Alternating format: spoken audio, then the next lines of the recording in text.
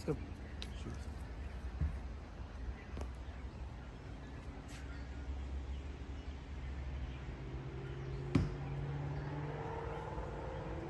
Welcome to food ഇൻഷി.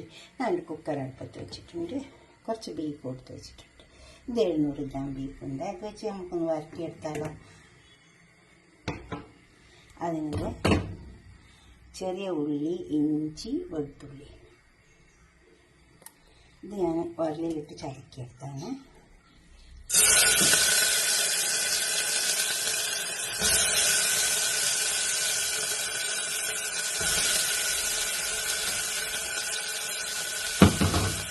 ഇഞ്ചി, ചെറിയ ഉള്ളി, വെളുത്തുള്ളി അതൊന്ന് വാടി വരണം.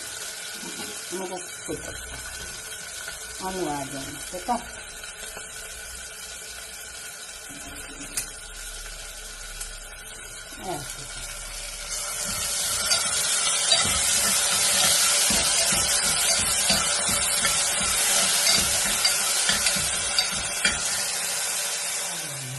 നമുക്ക് മുളകിൻ്റെ പൊടി കൊടുക്കാം. എരിവുള്ള മുളകാണ്. 2 ടീസ്പൂൺ ഇട്ട് കൊടുത്തിട്ടുണ്ട്. 1 ടീസ്പൂൺ മല്ലിപ്പൊടി ഇട്ട് കൊടുത്തിട്ടുണ്ട്.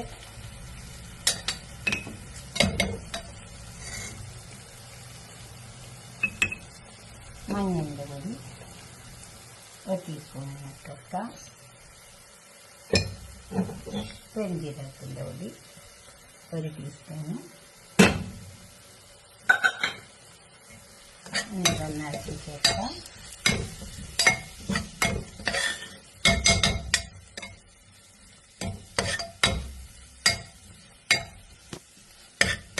അതിലേക്ക് നമുക്ക് ബീഫ് ഇട്ട് കൊടുക്കാം. ബീഫ് ഇതിലേക്ക് തട്ടി കൊടുക്കാം. അപ്പം നല്ല മുരിഞ്ഞ് വന്നിട്ടോ.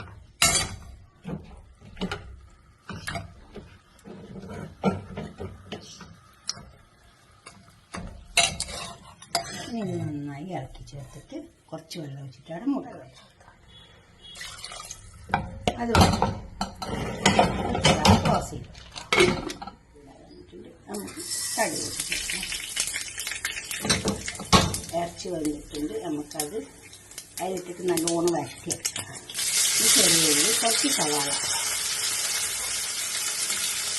ചെറിയ ഉള്ളിൻ്റെ ഒരു സവാള, കുറച്ച് വലിയ സവാള ഇട്ടാം.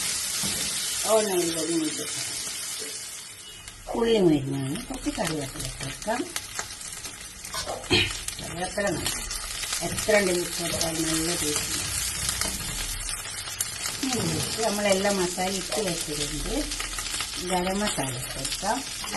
2 പച്ചമുളക്,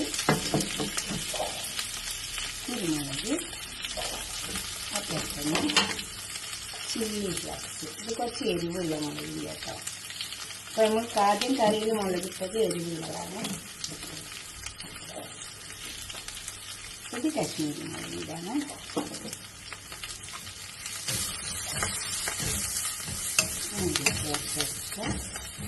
നമുക്ക് ചേർത്ത് ബീഫ് ഇതിലേക്കാം.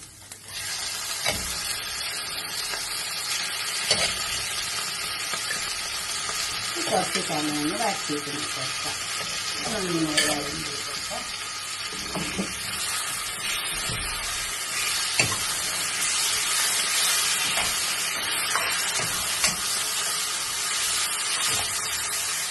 നല്ലോണം ബീഫ് വരട്ടിയെടുത്തൊക്കെ നല്ല ടേസ്റ്റ് ഉണ്ടാകും. ഇതുപോലെ ഉണ്ടാക്കി നിങ്ങളുടെ അഭിപ്രായം നിർദ്ദേശിക്കണം. കമൻറ്റ് ബോക്സിൽ അറിയിച്ചു തന്നിട്ട് ഇതുപോലെ ഉണ്ടാക്കണം.